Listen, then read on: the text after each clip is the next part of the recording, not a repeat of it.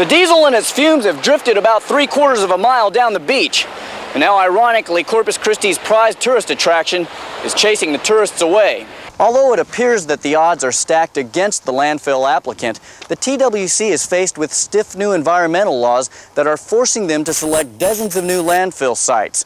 And across the state, communities are saying, not in my backyard. It's all fresh and hand-picked.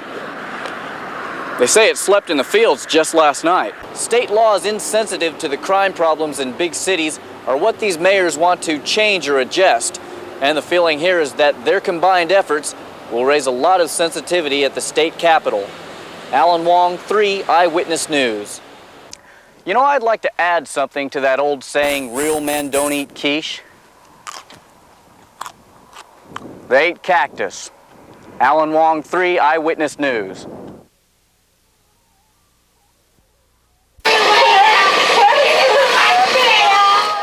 Police say a man walked into this house, shot his brother-in-law as he lay on the couch, then snatched up his 1-year-old son and drove off. He took him, what other guy? He was gonna shoot me, but he gave to me. How did he come in the house? He just went in. Police say the suspect, 18-year-old Lloyd Gregg, is going through a divorce with his wife, Melinda.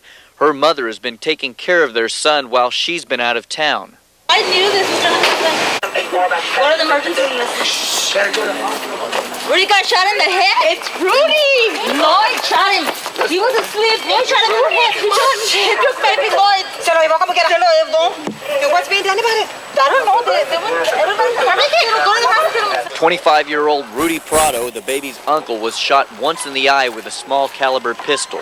Shortly after, police began a search for the suspect. We have a person stopped who fits the description, but I can't confirm whether it is or it is or it isn't. We're continuing to search for him, but I don't know that the person that we have stopped is definitely him or not. I was scared that he would come, and I knew he was coming, but they wouldn't listen to me. They told me that he couldn't take the baby.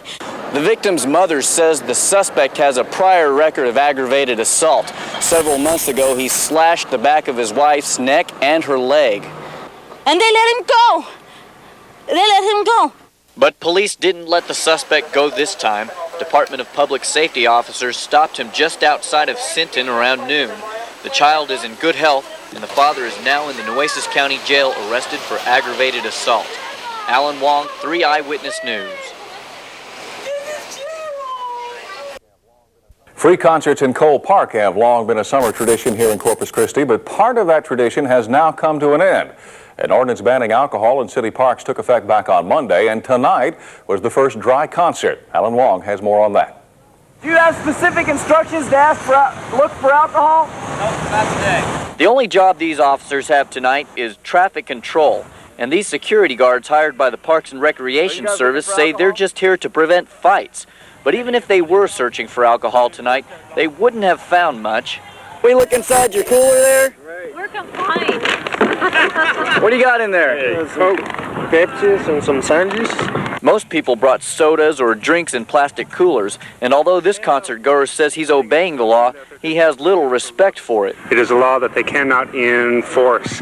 They cannot search every jug. They cannot search every ice chest. They can't search every mug. I could pour anything in here I want, and there's no way that I can get caught as long as I am not dumb, as long as I don't, act dumb. For the most part, people here are enjoying the dry concert. However, there are some putting the law to test, and others who outright ridicule it.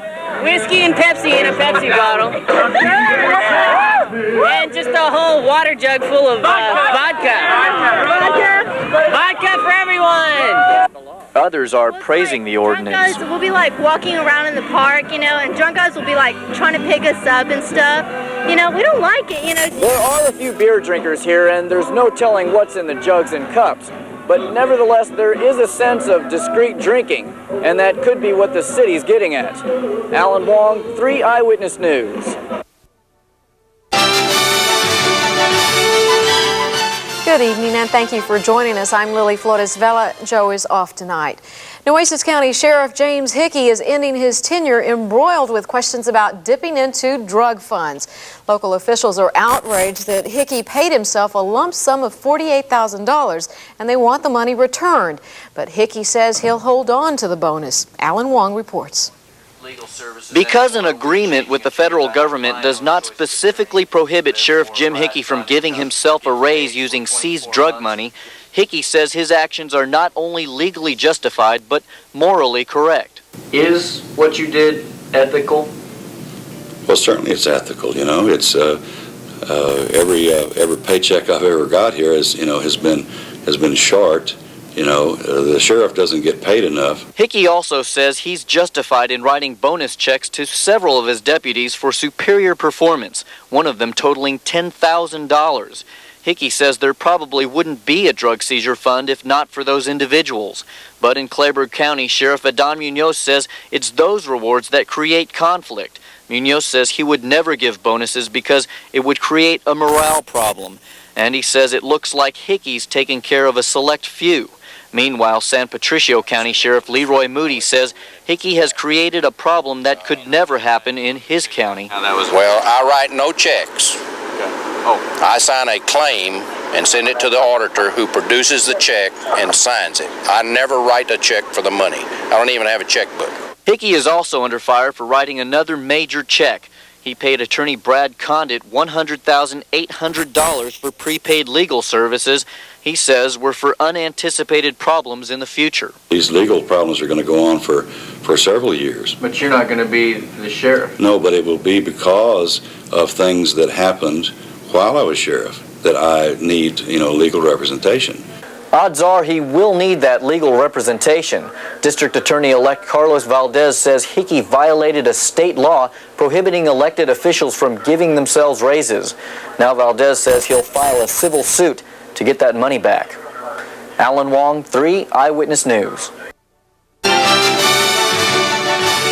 And good evening, everyone. At the top tonight, the newest arrival at Naval Station Ingleside. It's the USS Truett, a training frigate and the largest of all the ships that will be assigned there. The Truett arrived just about 3 hours ago. And Alan Wong of our staff is standing by with our live eye to tell us more about it. Alan?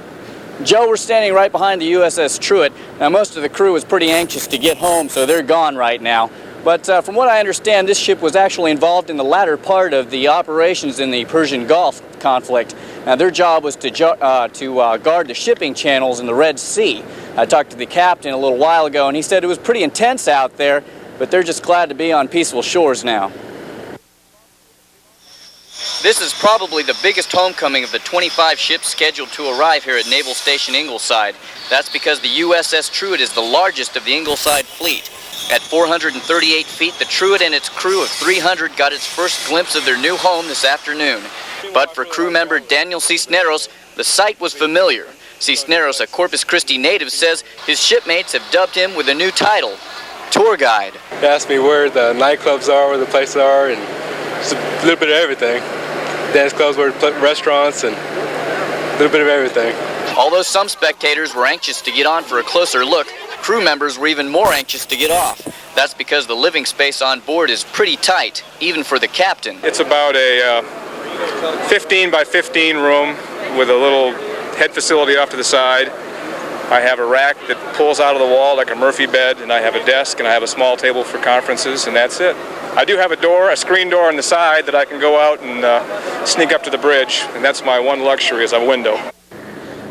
Joe, the crew has to be back tomorrow because they've got a lot of regular scheduled maintenance, and especially they have to get it ready for the commissioning ceremonies, which are Monday. So if you want to come out and look at the ship, it's on Monday between 1:30 and 3:30. It's going to be open for the public. You can climb aboard and look around and just be out here. It's going to be real nice.